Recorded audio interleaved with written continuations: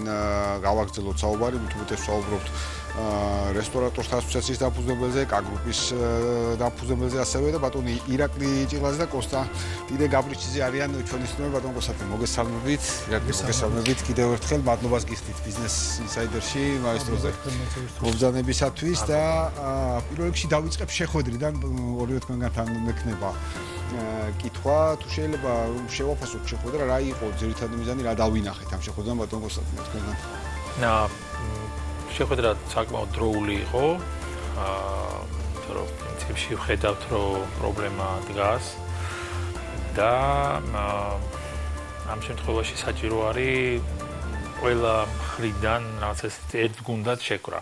ხო, მთავრობა თუ კერძო ფაქტურად ჩვენ დოულათის შექმნელი, გადასახადის გადამხდელი დამსაქმებლები ყველანი ჯამში ვქნით ერთ გუნდს, რომელიც არის მასპინძლობის hospitality ბიზნესი და ერთად უნდა გადავწყვიტოთ ის პრობლემები, რომელიც უკვე რეალურად ციფრები დაიდო, მაგალითად მარტში 620 ფრენა გაუქმდა, ხო? თან ცუდი გაუქმდა ინდოეთის, ჩინეთის კორეის ფრენები, იმის გარდა რომ სამხრეთიდან არც ერთი მხარე არ შემოდის, ახლა ეს გალფის არაბული ქვეყნები თუ ისრაელი თუ ირანი, ეს ძალიან დიდი ფაქტიურად 35-40%-იანი კლება აქვთ, თქვა სხვადასხვა რესტორნებს.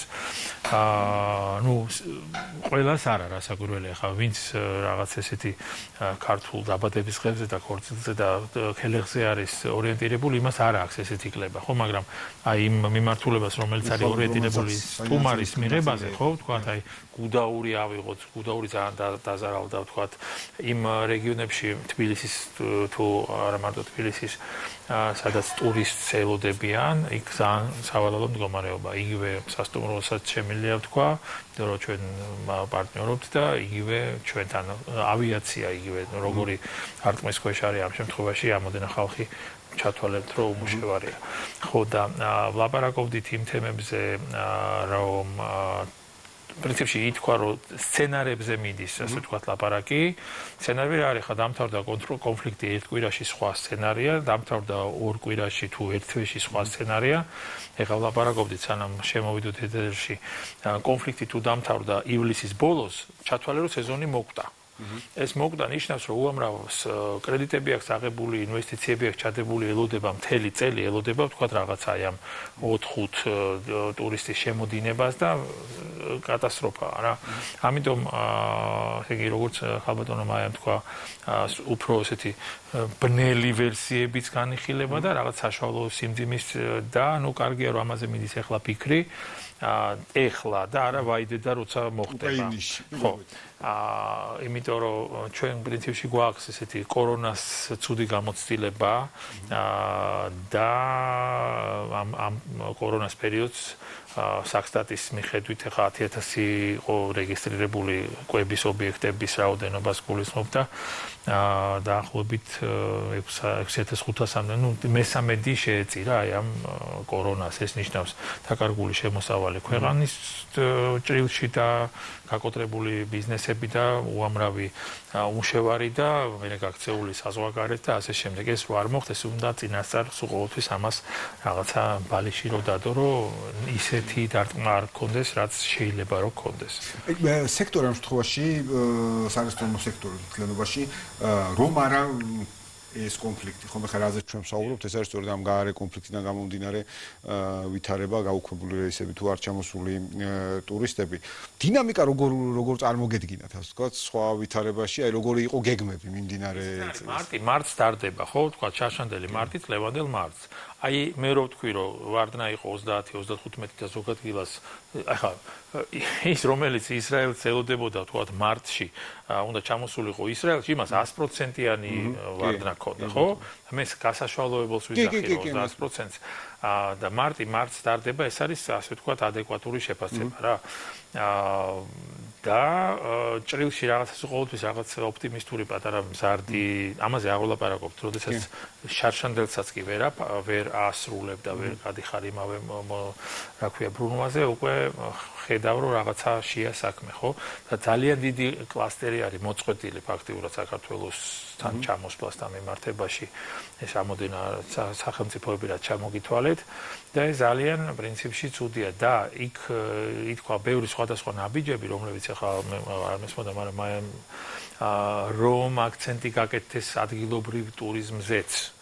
ეს ერთ-ერთი მნიშვნელოვანი ფაქტორი არის, რომ მოხდეს კორონის გამოცდილება თქვენ ახსენეთ. კი ბატონო, რომ მოხდეს რაღაცა ანუ ესეთი კვერცხების სხვადასხვა გადალაგება სხვადასხვა კალათებში, ხო, რომ აქცენტი მოხდეს თქვა თურქეთზე და თქვა სახმელეთო ტურისტის შემოსვლაზე და არა ავიაციაზე, იმიტომ რომ ავიაციაზე იყო ესეთი ინფორმაცია, რომ საავიაციო ნავთი თუ ბენზინი, რითიც სამჯერ თითქმის არის უკვე გაძვირებული ხა და რამდენი რაღაცას გამოაცხადებენ ტელევიზორში, იქ ტრამპა ის და ბომბა თუ გაიმარჯვათ იმან თუ ამან. ყოველ რაღაცაზე არის სულ ესე იგი ყანყალი და შეიძლება იქით ამ ხრიდან ჩამოფრენაზეც კი ხალხმა დიდი ესეთი პრობლემები შეექმნათ თუ კი ბილეთის ფასი თუ სამჯერ გაძვირდება ხო ხვდებით როგორი პრობლემაა ამიტომ ბევრი მომენტები არის გასათვალისწინებელი და სხვადასხვა სცენარებზე არის ასე ვთქვათ ლაპარაკო რა კომპენსაციებზეც იყო ლაპარაკი და სხვადასხვანაირი ტიპის მოქმედებებზე რაღაცა აქტიური კამპანიების დაგეგმვა უკვე არსებული რომელიც დაფრინავს იმ რა ქვია მიმართულებებზე რეისების დამატება ну არ ვიცი ბევრი სხვა საინტერესო რაღაცებზე იყო ლაპარაკი. კი ბატონო, ირაკლი მინდა მიუბრუნდე ასევე ამ შეხვედრას, უკვე თქვენს ჭრილში, თქვენ მიმართულებით რამოდენიმე საკითხი გამოიკვეთა პრინციპში, რაზეც უკვე ვისაუბრეთ და ერთ-ერთი თემა, რაზეც სწორედ გუშინ ეთერში ქალბატონ მაიასთან ერთად ვსაუბრობდით, შეეხება სწორედ დივერსიფიცირებას ბატონ კონსტანტინე აღნიშნა, რომ ეს სხვადასხვა მიმართულების დამატება, რამაც შეიძლება ვითარება ამ კუთხით გამოსწორს. პირველ რიგში როგორ შეაფასებთ აი ამ დიალოგს, რომელიც შედგა და რას შეიძლება ველოდეთ, ასე ვთქვათ, ამ განგრძობათ პერიოდში. მსგავსი ტიპის შეხვედრა საბედნიეროდ პირველად არ ყოფილა, საკმაოდ ხშირად გვაქვს ხოლმე კერძო ბიზნეს და სახელმწიფო სტრუქტურებს შეხვედრები და ეს შეხვედრაც, როგორც ჩემო კოლეგამ აღნიშნა, ემსახურებოდა უფრო იდეების გაცვლას, რა შეიძლება გავაკეთოთ ამ მოკლევადიან პერსპექტივაში, რითაც დავეხმარებით ტურიზმს, რომ სწრაფად დაუბრუნდეს თავის რელსებს, რასაც დავამატებდი იყო რაღაც კონკრეტიზაციები, კონკრეტულად ამ შემთხვევაში იყო საუბარი, რომ ჩინეთიდან შეიძლება რომ კიდე დაიმატოს ფრენები, ასევე ჩინეთის ბაზარზე შეიძლება რომ ახალი ქალაქი გაიხსნას. არის საუბარი იმაზე, რომ აზერბაიჯანიდან სარკინიგზო მიმოსვლა ყოველდღიურად დაინიშნოს, რაც დაგვეხმარება. მეზობელ ქვეყნებზე მეტი აქცენტირება გაკეთდეს. ის რაც ჩვენ მივიღეთ დღევანდელ რეალობაში ძალიან სამწუხაროა, თუმცა არ ვფიქრობ, რომ სავალალო და კატასტროფულად ცუდი არის. თუ სწრაფად დასრულდება მიმდინარე კონფლიქტი, ტურიზმი სწრაფად ვეაღდგება, იმიტომ რომ სტუმარ-მასპინძლობის ბიზნესი მსგავსი ტიპის გამოწვევებს უკვე მიეჩვია, შესაბამისად გარკვეული გამოცდილებები არსებობს და სწრაფად შეგვიძლია ადაპტირებები მოვახდინოთ.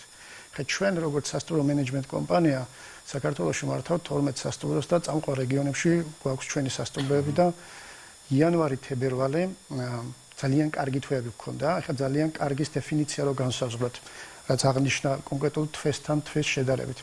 ის რაც გქონდა 2025 წლის მონაცემები, იმის მიხედვით ბიუჯეტდება 2026 წელი. თუ სასტუმრო მრავალი წელია ბაზარზე ოპერირდება, ვთქვათ რომ 3 წელი და მეტი, მაშინ დაბიუჯეტება ხდება ზრდით 7-დან 15%-მდე. მაგრამ თუ უკეთესი მოლოდინები გაქვს, მაშინ შეიძლება რომ 20-დან 25%-მდე ზრდა დააბიუჯეტო.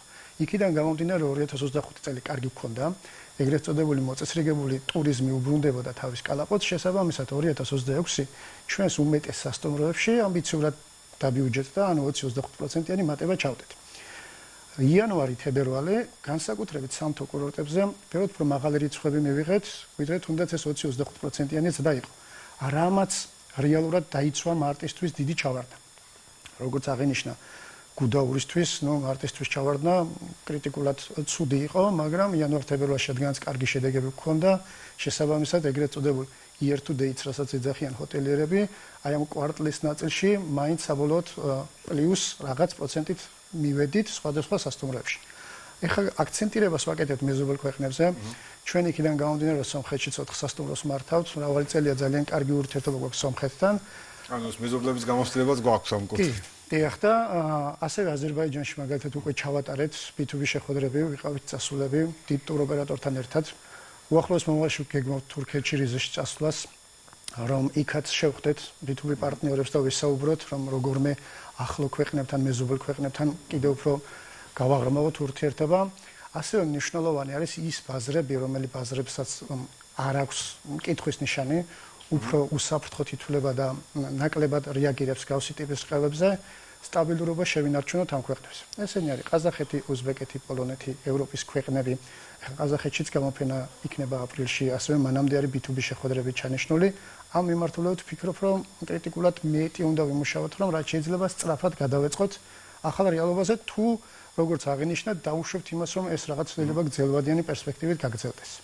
კი ბატონო, დიდმალო მართლა ძალიან საინტერესოა, რომ ამ კუთხით, ანუ იმ ბაზრებზე გავაძლიეროთ მუშაობა, რომელიც როგორც თქვენ აგრძელეთ, უფრო უსაფრთხოა და ხედავთ ამ კუთხით და ჩამოთვალეთ თქვენს ქვეყნები, მართლაც მნიშვნელოვანია, რომ რა შესაძლებლობებიც არსებობს მაქსიმუმ იქნას მოსდული, ისევე როგორც ვახსენეთ გამოცდილება კორონას გამოცდილებიდან, აი გადაწყობა მათ შორის შიდა ტურიზმის გაძლიერების ნაწილში კაპიტან მაიაც საუბრობდა ამ საკითხებზე. მართლაც ხა ძალიან ძნელია პროგნოზირება, ხო? თუმცა კარგია რომ სცენარებზე მსჯელობთ ამ შემთხვევაში და მთლიანად ეკონომიკის მთელი შეფასებაც ასეა ნავთობის ფასებიდან გამომდინარე გლობალური ინფლაციიდან თუ რა იქნება, რომლის პროგნოზირება ძალიან რთულია.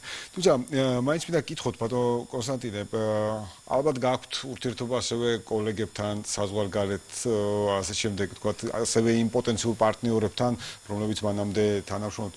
ზოგადად რამდენად ოპტიმისტურია მოლოდინები, ან ძალიან ძნელია კიდევ ერთხელ პროგნოზზე ისაუბრო, მაგრამ აი ან რას თვლით, ასე ვთქვათ, რომ რა შეიძლება გამოინახოს დამატებითი გზები უფრო ვითარების შესამსუბუქებლად შეიძლება ასე ითქვას. ვიცით რა, ჩვენ ახლა ვცდილობთ, რომ რაღაცნაირად გადავეწყოთ შიდა აქცენტი, რაღაცა ნაწილი ის ობიექტები, რომლებიც აი ქალაქის ცენტრში და ახლა შარდენის მიდამოები და ეს სოლოლაკი განსაკუთრებულად არის ორიენტირებული უცხოელზე, იმდენად რომ აქ ადგილობრივ ცოტათი ესე ამრეზით უყურებს და აქ არ მოდის, იმიტომ რომ ეს ტურისტული უბანია. კი, რამოდენიმე უბანი არის. კი, ახლა რომშიც ეგრეა და ახლა ტურისტულ უბანში რომაელი არასდროს არ გაივლის და არ დაჯდება და რაღაც, ხო? რაღაც ესეთი განცალკევება არსებობს და ჩვენ ვფიქრობთ იმაზე, რომ რამენაერად მოვახერხოთ, რომ ამ დღესდღეობით ძირითადად 95% ტურისტზე რო არის ორიენტირებული, თქვა რაღაცა გადაჯგუფება მოვახდინოთ სხვადასხვა აქტივობებით, რომ იქ ადგილობრივიც მოვიდეს. ეს ერთ-ერთი თემაა. ძალიან მნიშვნელოვანია თუ კი მოხდება რაღაცა პროექტი დავარქვათ თუ ეს პრინციპში მუდმივად სამუშაო არის რა. ადგილობრივი ეს მთელ მსოფლიოში ესე არის, საბჭოთა კავშირის დროსაც იყო ესე, რომ აღმოსავლეთი საქართველოსთან სკოლის მოწაფეები მიყავდა დასავლეთ საქართველოსში და აჩვენებდნენ, რომ ესაა შენი სამშობლო. და იგივე უკუღმა აქეთ, იმიტომ რომ ბავშვები იზრდებიან და საერთოდ საქართველოს არ აქვს მოვლილი, ხო? ეს ხორციელდებოდა სულ ყოველთვის და ეხლაც უცხოეთში ხორციელდება განათლების სამინისტროს თუ სკოლების, ასე ვთქვათ, ფინანსებით, იმიტომ რომ ეს მათთვის რაღაცა ბუნების თუ გეოგრაფიის თუ რაღაცის გონების გახსნა არის, ხო? და შესაძლებელია ესეთი პროექტის ჩაშობა, რომელიც მუდმივ მოქმედი იქნება და არა ეხა რაღაცა განსაკუთრებულობის ამბავში, რომ ამ პროექტმა მუდმივად ჰპოვოს კვეთა როგორც განათლების სამინისტროში, ასევე ეკონომიკის სამინისტროში და მოხდეს რაღაცა ამ ასეთი პროდუქტის შექმნა, ხო? ეხლა სულ ვიხსენებ ხოლმე ეს რაღაცას, რომ ყველაზე დიდი შემოსავალი შვეიცარიას აქვს ტურიზმიდან. და ამ ტურიზმიდან შემოსავლით არც საათები, არც ბანკები არანაირად. და ამ ტურიზმიდან ყველაზე დიდი შემოსავალი აქვს ადგილობრივი ტურისტიდან შემოსავალი. აი ეს არის ყველაზე დიდარი ქვეყანა. ხო, პირდაპირ მაგალითი გაქვს, რაც შეგიძლია აიღო და გადაიღო, ხო? ანუ ეგრე რასაც ჩვენ შიდა ტურიზმს ვეძახით. ზუსტად. უდიდესი მსოფლიო ეკონომიკის მაგალითი გაქვს მაგიდაზე დევს. აი ეს იქნება კარგი თუ ამას მოახერხებთ. ცოტა რთული პროექტია, თემა, მაგრამ აი სამუდამოდ მუდმივად იქნება. მუდმივად სამუშაო, დიახ, რასაც თქვენ აღიჩენთ. აი ზუსტად ამ შიდა ტურიზმის თემას მინდა მიუბრუნდე ასევე, ვინაიდან აი ამ საკითხზე მართლაც ბევრი მსჯელობაა, ვიცი რომ ტურიზმის ეროვნული ადმინისტრაციაც მათ შორის ჩემთან საუბარს ამ თემაზე ხაზს უსვავდა, ისევ კოვიდის გამოცდილებას დაუბრუნდეთ, ვინაიდან რაღაცნაირად რისკების გამოცდილება და უკვე გადახდენილის ასე ვთქვათ და გავლილი გზის შეფასება უფრო ადვილია და იყო არაერთი პროექტი, რომელიც ახლიდან აღმოჩენას გვთავაზობდა საქართველოს და ახალი ლოკაციის. კი ბატონო, იმოგზაურეთ საქართველოს მართლაც გამორჩეული პროექტი, რომელსაც თავისი შედეგები ჰქონდა. აი თქვენ სფეროს მიმართულებით რამდენად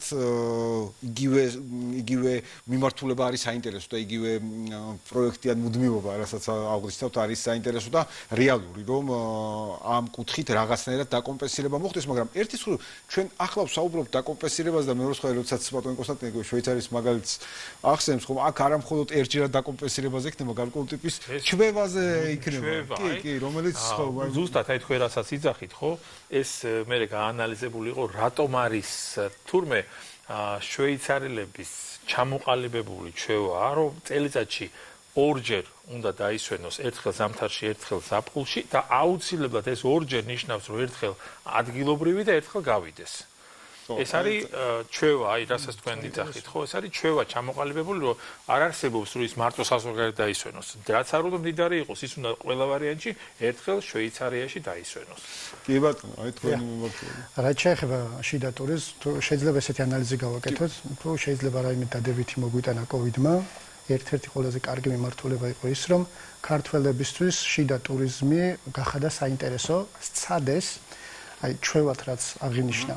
ამ ტურისტის ქცევა ყოველთვის არის ლოგიკური, რაღაცას ცდის, თუ კარგი მომსახურება და სერვისი მიიღო, შემდეგ აუცილებლად დაბრუნდება. ეს ტალღა კარგად აგორდა, რის საფუძველზეც გაშლა და ის რაც აღინიშნა, რომ ბევრი ყავს, ვინც საქართველოში არ მოგზაურობს, ბავშვები ისე იზრდებიან, რომ არც კი იციან რეგიონები, აი ამ კამპანიამ ხელი შეუწყო მიმართულებით განვითარებას. თუმცა შემდეგ როგორც კი ფრენები კვლავ განახტა და ასე შემდეგ, ტურისტის ქცევა დაუბრუნდა იმ ძველ ქცევას, რომ ურჩევნია საზღვარგარეთ იმოგზაუროს, მაგრამ ნაწილმა უკვე თავის ჩვევად გადააქცია ეს. ჰოტელიერებმაც შესაბამისად ჩვენს დავიწყეთ ჩვენს ტურისტზე უფრო მეტი ზრუნვა, მაგალითად კოვიდის შემდეგ აქტიურად გახდა პოპულარული ის, რომ ქართველი დამსვენებლისთვის სასტუმროში სხვა ფასი არსებობს და საერთაშორისო ტურისტისთვის სხვა ფასი. რაც ქართულ დამსვენებელს კიდევ უფრო მეტად უბიძგებს იმ მიმართულებით, რომ შიდა ტურიზმი განავითაროს. რაც შეეხება ტურიზმის ეროვნული ადმინისტრაციის და სახელმწიფოს ჩართულობის მხრივ, ბევრი სხვადასხვა კარგი პროექტები აქვს. განსაკუთრებით მე პირადად ძალიან მომწონს გემოფესტი, რომელიც ახლა უახლოეს ივნისში უნდა ჩატარდეს ახალციხეში, რითაც ძალიან ბედნიერები და კმაყოფილები ვართ, მსგავსი ტიპის მუდმივი ღონისძიებები, რასაც თქვენ აღნიშნავთ, კულტურას აყალიბებს და შესაბამისად. აი რაც გურამმა თქვა რა ბაღდაშვილმა, ზუსტად რომ ეს კულტურული ღონისძიებები, ხო? ძალიან იშვიათობაა რა და უნდა ხშირად იყოს. ეს აუცილებლობას წარმოადგენს. რაც უფრო მეც მოვიფიქრეთ მსგავს რამეს და შემდეგ სერვისულად სწორ ორგანიზებას გავუწევთ ამ ყველაფერს, რომ ცუდი გამოცდილება არ დააგროვოს ტურისტმა, მით უფრო უკეთესი გრძელვადიანი სტაბილურობისთვის. ანუ როგორც აღნიშნე, ის ბაზრები, მაგალითად საერთაშორისო ბაზრები, რომლებიც პოპულარული გვაქვს, მანდაც დროში სწორად კონვერსირებული მოძრაობა გვჭირდება. ანუ არსებობენ ბაზრები, რომლებიც კარგად გვიცნობენ, შესაბამისად მათთან უფრო სწრაფად შეიძლება მოკლევადიან პერსპექტივებში უკუშედეგის მიღება და არის ბაზრები, მაგალითად მიმდინარე დღეებში ჩატარდა ტარიფას სამიტი, სადაც ძალიან საინტერესო საზოგადოება იყო ჩამოსული ევროპის სხვადასხვა ქვეყნებიდან, შევხვდით დიდი ბრიტანეთიდან, პოლონეთიდან, სერბეთიდან, სლოვენიიდან დიდ ტურისტულ კომპანიას, ძირითადად მაის ტურიზმის მიმართულებით, რომლებთანაც შემდეგ ჭირდება ეტაპობრივი მუშაობა, ანუ ის რაც სახელმწიფოს უნდა გაეკეთებია ამ შემთხვევაში, კერძო ბიზნესის წარმომადგენლები შეახვედრა ერთმანეთს, უკვე სხვა დანარჩენი ეს კერძო ბიზნესი როგორ მიყვება ერთმანეთს ეგრეთ წოდებულ follow-up-ზე, მათ კომპეტენციაზე არის დამოკიდებული და შრომის მოყვარეობაზე. ეს გრძელვადიან პერსპექტივაში კარგ შედეგს მოგიტანს. ჩინეთში, ყაზახეთში, უზბეკეთში იმ ბაზრებს სადაც უკვე კარგად ვოპერირდებით, დამატებითი ფრენები მოკლევადიან პერსპექტივაში მოგიტანს კარგ შედეგებს. შესაბამისად, მსგავსი ტიპის დროში სწორად კონვერსირება, ხო, ტურიზმს ალბათ სწორად განავითარებს. კი ბატონო, აი მე იმას ვფიქრობ ხოლმე, რადგან კოვიდის მაგალითი არაერთხელ მოყვავს, რომ როცა ვსაუბრობ ჩვენ გაძვირებაზე ამ შემთხვევაში, საწვავის თუ ასე შემდეგ, რომელიც სხვადასხვა ფაქტორებით შეიძლება იყოს გამოწვეული, მათ შორის ეს გარკვეულწილად კვლავ იქნება და ობიექტურად იქნება შემოფერხებელი თუნდაც ქართველების, საქართველოს მოქალაქეებს, რომელიც საზღვარგარეთ ისვენებენ. ანუ ბევრმა შეიძლება ახლა პირიქით არჩიოს მათ შორის ქვეყანაში ასე რომ ორმხრივი მზაობა ამ კუთხით ძალიან საინტერესო იქნება, რომ მათაც დახვდეთ ის, რაზეც ახლა ჩვენ ვსაუბრობთ და ძალიან მოკლედ მინდა მაინც 2026-ის გარკვეულად გეგმებზე რომ ვისაუბროთ არსებული რისკებიდან გამომდინარეც, რამდენად მზად ვართ და რას გეგმავთ, ასე ვთქვათ, მიმდინარე წლის განმავლობაში არის თუ არა სექტორში გარკვეული ტიპის სხვა სიახლეები, იმედი ვიქონიოთ, რომ კონფლიქტი სწრაფად დასრულდება ამ კუთხით და სხვა მხრივ როგორ მიდიოდა სექტორი, ანუ სხვა დინამიკა როგორ ვითარდება. ესე იგი, გეტყვით რა, ხა ზოგადად ბიზნესი, ხო, ოპტიმისტია სულ ყოველთვის, ხო? ადამიანს რო სახლიდან მოაქვს ფული, რაღაცას, ასე ვთქვათ, გარისკავს და მე აქედან გავაკეთებთ, როგორც არცრულ გამოფენაში რო არის, ხო? ეს ნიშნავს, რომ ის კაცი ოპტიმისტია და არ არის ჯუჯღუნა და მაპატიე და რაღაცა დამეხმარე და ეგეთი ტიპი არ არის. ზოგადად ბიზნესი არის უყოველთვის ოპტიმისტი და არის ორიენტირებული მიზანზე, რომ მე მივაღწევ ამას, ხო? ეხლა შეხვედრაზეც ვიძახოდი, რომ აი ის რომ ეხლა ჩვენ ამაზე მუშაობთ, ხო, რაღაცა ცუდი სცენარი, კარგი სცენარი, საშუალო სცენარი, ამაზე ხო მაქსიმალურად ბევრმა ხალხმა უნდა გაიგოს, იმიტომ რომ არის ესე იგი კატეგორია ხალხისა, რომელიც რაღაცა ცოტა ფარხმარ ჩამოყრილია და აუ რა გვეშველება ეს და გვეტირა და როგორ ავა ამათთვის ეს ერთად ყოფნა და რაღაცა მუშტად ყოფნა ძალიან მნიშვნელოვანია. ფსიქოლოგია ძალიან ბევრს ნიშნავს. ბევრად უფრო ძლიერი მამოძრავებელია, ვიდრე რაღაცა ობიექტური, შეიძლება რაღაცა ფული იმდენად არა, რამდენადაც ეს ძალიან მნიშვნელოვანი მომენტი არის და ზოგადად ოპტიმისტურად ვარ, რასაკვირველია, თორე ხა ნამდვილად ხა ეს რაღაცას არ გავაკეთებთ. კიდე ერთ რაღაცას ვიტყვი წინა თემასთან დაკავშირებით. აუთვისებელი რეზერვი, რომელიც აი ამ შიდა ტურიზმს აქვს, ხო? ასევე ესე ვთქვათ, მაგიდაზე და ყველა მეცის, ეს არის ხანდაზმული პენსიონერი ხალხი, თანადაფინანსება, თქვენ რო თქვით, რომ სხვადასხვა საფასო პოლიტიკა გვაქვს, ხო?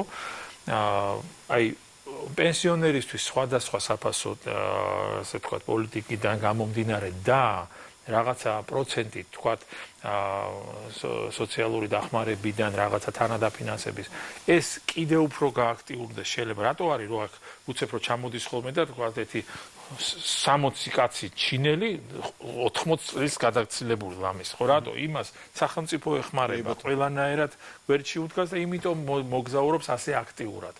ქართველიც იმოგზაურებს, ოღონდ მას სჭირდება ხელშეწყობა, როგორც ჩვენი სექტორიდან, ასევე რაღაცა სახელმწიფო უნდა მიეხმაროს, ის გაგიაქტიურებს კიდე დამატებით სხვა რაღაცა მიმართულებებს. კი ბატონო, თუ შეიძლება. რაც შეეხება სასტუმროების მხრიდან 2026 როგორ ხედავთ, როგორც აღინიშნა, რამოდენიმე სიმულაციური ვარიანტი განიხილება 3 თვეში, 6 თვეში ეს კონფლიქტი როგორ გაგრძელდება. ამ ეტაპზე ზუსტი რიცხვებით რომ ვისაუბროთ. როდესაც კონფლიქტი დაიწყო 28 თებერვალს, მარტის ჩავშნები მომენტალურად ლოგიკური იყო, რომ თითქმის ყველაფერი გაუქმდა. აპრილის ჩავშნების ნაწილი გაუქმდა და გაუქმდა თან ისეთი ქვეყნებიდან, რომელი ქვეყნებიც როგორც არის მაგალითად ჩინეთი და კორეა. უფრო გაუქმების მიზეზი იყო ის, რომ რაღაც საფრთხეს ხედავდნენ შიში. ამ პერიოდის განმავლობაში არაერთი ვიდეო გადავიღეთ კერძო ბიზნესმა, რომელი ვიდეოს მთავარი ლაიტმოტივი იყო ის, რომ ეს სივრცე არ არის საშიში და კვლავ მოგბრძანეთ. მაისიდან გაუქმებები არის, მაგრამ არა ისეთი მოცულობით, ანუ გულისხმობ იმას, რომ მაისის თვე ვფიქრობ, თუ რაღაც დამატებით კიდევ არ გამწვავდა, მაისის თვე იქნება ისეთივე, როგორც იყო შარშანდელი მაისის თვე. სხვა დანარჩენი თვეები ჯერ კიდევ ძალიან კარგად არის და პლუს ამას აღსანიშნავი, რომ თქვენ დასვით ესეთი კითხვა, რომ აი თქვენი პარტნიორები, საერთაშორისო პარტნიორები რას გიზიარებენ და როგორ. ჩვენ მაგალითად შარშამ ხონდა მსგავსი ტიპის გამოცდილება, რომ 15 ივნისიდან ომი დაიწყო ისრაელ-ირანს შორის 2 კვირის განმავლობაში გაგრძელდა და იმ პერიოდის განმავლობაში ჩავშნები სრულად გაგვიუხდა, მაგრამ როგორც კი დასრულდა ომი, აღდგენა დაიწყო ძალიან სწრაფად. იმდენად სწრაფად დაიწყო აღდგენა, რომ რეალურად ოქტომბერი და ნოემბერი ძალიან მაღალი რიცხვები მივიღეთ, ეს იყო გადმოძახილი აი ამ ივნისის 2 კვირიანი ჩავარდნის. შესაბამისად, თუ მსგავსი ტიპის ფაქტი დადგება, ისევ ისეთი აღდგენის შესაძლებლობა არის. ისრაელიდან განსაკუთრებით, იმიტომ რომ რაღაც მათ ქცევაში და ფსიქოლოგია გაჟღერდა აქ, უკვე მიჩვეულები არიან და სწრაფად მარტივად ადაპტირდებიან და მაშინვე იწყებენ მოგზაურობას, რასაც ვერ ვიტყვით მაგალითად GCC-ის ქვეყნებზე, რომელთაც ფსიქოწარმოდგენაში ეს ცოტა მეტი დრო დაჭირდება, თქვენც აღნიშნეთ თქვენს მისამებაში 18 თვიანი დახურვა იყო. მათ ცოტა უფრო მეტი დრო დაჭირდება, თუმცა ისრაელი, ირანი დარწმუნებული ვარ ძალიან სწრაფად აღარ. ამიტომ უფრო ოპტიმისტურად ვართ კი, ბიზნესი აუცილებლად ოპტიმისტურად განწყობილდება. მაგრამ ამავე დროს ჩვენ აი მაესთან შეხვედრის დროს თქვით, რომ ეს ორკვირიანი მე ფეხიდან ფეხზე მონაცვლეობა არ არის ესეთი რთული და კი ბატონო, მაგრამ თუ კი ეს მოხდება, თქვა 3 თვიანი და 4 თვიანი ჩავარდნა, ხო, ეს ნიშნავს, რომ ადამიანი, აბა 3 თვე შენ კრედიტი არ გადაიხადოს ასტუმრო, რას გიზავს ბანკი, ეგრევე გადაგცემს კოლექტორ კომპანიაზე. ეგრევე მეორე დღეს. და ნუ გელაპარაკებიან უკვე რომ შეიძლება 10 წელიწადი იხდიდე იდეალურად ყველაფერს, მაგრამ აბა 3 თვე დაუგვიანე და ეგრევე ხარ რაღაცა ну მოკლედ რა გელაპარაკები როგორ ძალსაც არ გელაპარაკები. მაგ მიმართულებით ხო აი ამ ამბავში არის საჭირო მთავრობამ რაღაცა ზურგი გაგიმაგროს რომ ისე არ მოხდეს რომ მე 3 თვეში ჩამოვიდეს ხალხი და აქ გაპარტახებული სიტუაცია დახდეს რა. კი ბატონო. აღნიშნავთ მაგ მიმართულებით რასაც გაჟღერდა შეხვედრაზე და სასტუმროებს კრიტიკულად დაეხმარება არის ის რომ 1 ივნისს ჩვენ ქონების გადასახადი გვიწევს და თუ ამ მიმართულებით რაიმე შეღავათი იქნება, შეღავათს გულისხმობ გადავადება. ჩუქებაზე არავინ არ აღარ გადავადება ძალიან დაგვეხმარებოდა ჩვენ როგორც სასტუმროებს. კი ბატონო, მართლა ძალიან მნიშვნელოვანია და რა ვაგინიშნავ რომ რაც ადრე დავიწყებდით ამ თემაზე საუბარს მით უკეთეს და კარგია რომ ეს დიალოგი არის დარწმუნებული ვარ რომ ეს გაგრძელდება. რა თქმა უნდა, ყოველას იმედი გვაქვს რომ კონფლიქტი სწრაფად ამოიწურება, ვინმე ეს ბევრი მიმართულებით გვაზარალებს, ყველა ახლა ჩვენ ამ თხოვში ტურიზმის სექტორზე ვსაუბრობთ, მაგრამ ესეთი გაჯაჭვური ეფექტი აქვს ამ ყველაფერს. ტურიზმი გადაჯაჭვურია სოფლის მეურნეობის პროდუქტს მოვიხმართ. ყველაფერი. ტრანსპორტი რაც არაერთხელ ვახსენე, ხა ძირითადი შემოქმედებების ნაწილი სწორედ ტურიზმიდან არის. ძალიან დიდი მადლობა, ძალიან საინტერესო საუბრისთვის, სექტორთან დიალოგი ყოველთვის შემოვიდა, ჩვენი მხრიდან ეს მადლობა თქვენ რომ სიღრმისეული ანალიზი გაგვაკეთეთ. დიდი მადლობა, ყოველთვის ვეცდებით რომ ჩვენი პლატფორმის საშუალებით პროფესიულად ვისაუბროთ ამ საკითხებზე. დღეს Business Insider-ი ამით დასრულებულია ეკონომიკისა და ბიზნესის სიახლეებს ტრადიციულად თქვენ შეგიძლიათ გაიცნოთ ჩვენს ვებგვერდზე Business Insider-ში. მე კი ხვალამდე გემშვიდობთ.